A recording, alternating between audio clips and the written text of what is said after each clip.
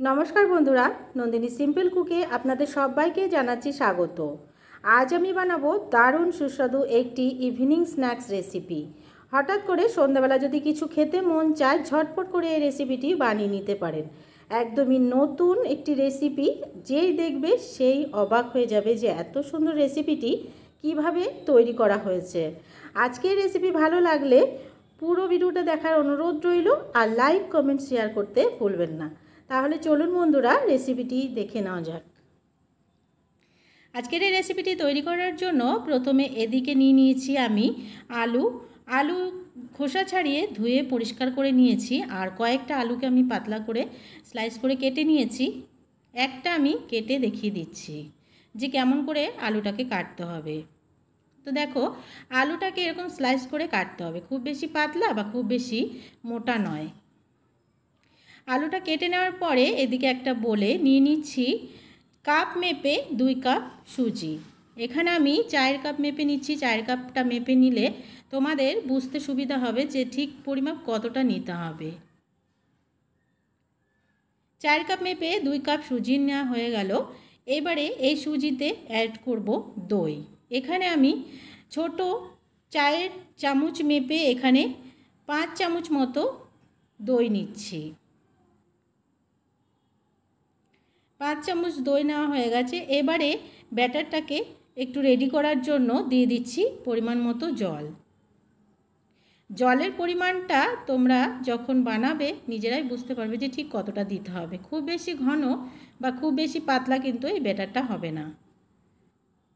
জল আমি 1 কাপ মতনই দিলাম, তার বেশি জল এখানে প্রয়োজন হয়নি। এবারে খুব ভালো করে একটু মিক্স করে নিয়ে ঢাকা দিয়ে রেখে দেব 10 মিনিটের জন্য। 10 মিনিট পর আবারও ফিরে এলাম, দেখে নিচ্ছি সুজিটা ফুলেছে কি না। তো দেখো, সুজিটা একদমই ফুলে গেছে আর একদমই সফট হয়ে গেছে। আমি হাতে নিয়ে একটু দেখিয়ে দিচ্ছি। তো দেখো, সুজিটা আমাদের একদমই রেডি। এবারে দিয়ে দিচ্ছি স্বাদ মতো লবণ। আর দেব এখানে আমি একটা ছোট টুকরো আদা নিয়েছি। এই আদারই অর্ধেক আমি এখানে গ্রেট করে দিয়ে দেব। খুব বেশি দেওয়ার প্রয়োজন নেই, অর্ধেকটা দিলেই হবে। আদাটা গ্রেট করে নিলাম একদমই ছোট করে। এবারে দিয়ে দিচ্ছি একটা কাঁচা লঙ্কা। যেহেতু এটা বাচ্চারাও খাবে, সেই কারণে লঙ্কাটা একটু কমে দিতে হবে। তো আমি এখানে একটা কাঁচা লঙ্কা ব্যবহার করলাম।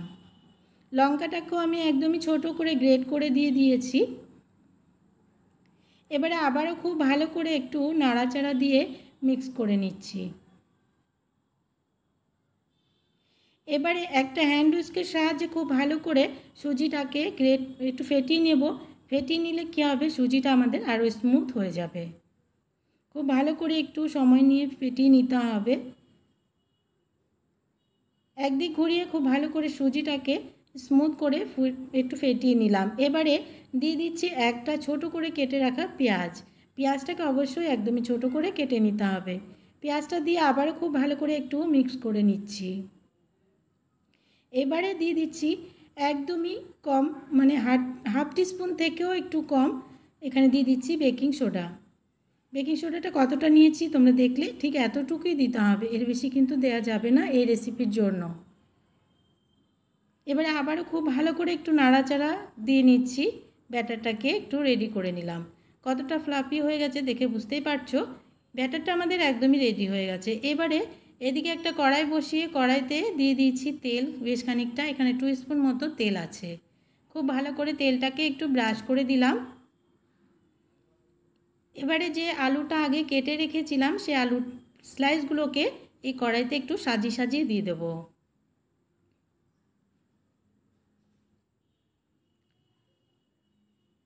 সবগুলো স্লাইসকে সাজিয়ে দেওয়া হয়ে গেছে। এবারে যে ব্যাটারটা আমি রেডি করে রেখেছিলাম সেটা দেবো। তার আগে একটু বিট লবণ দিয়ে দিচ্ছি, আর দিয়ে দিচ্ছি একটু গোলমরিচ গুঁড়ো, আর দিয়ে দেবো একটু কাশ্মীরি লাল লঙ্কার গুঁড়ো। যেহেতু আলুগুলোতে আর কিন্তু কোনো রকম লবণ এখানে যাবে না, সে কারণে একটু বিট লবণ ছড়িয়ে দিতে হবে। আর একটু গোলমরিচ গুঁড়ো দিলে একটু টেস্টটা ভালো লাগবে। এবারে যে ব্যাটারটা বানিয়ে রেখেছিলাম সে ব্যাটারটা উপরে দিয়ে দিচ্ছি।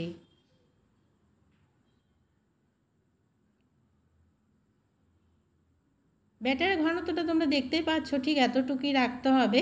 এবারে ওপরে আরও কিছু আমি আলু স্লাইস সাজিয়ে সাজিয়ে দিয়ে দিচ্ছি। তাহলে কি হবে, আমাদের রেসিপিটি যখন হয়ে যাবে তখন দেখতে দুর্দান্ত সুন্দর হবে। এবারে খুব ভালো করে সাজিয়ে দিয়ে মাঝখানে আমি 3টে স্লাইস করে কেটে রাখা টমেটো দিয়ে দিচ্ছি। টমেটোর বীজগুলো কিন্তু ফেলে দিতে হবে, দেখতে খুব সুন্দর লাগবে তাহলে।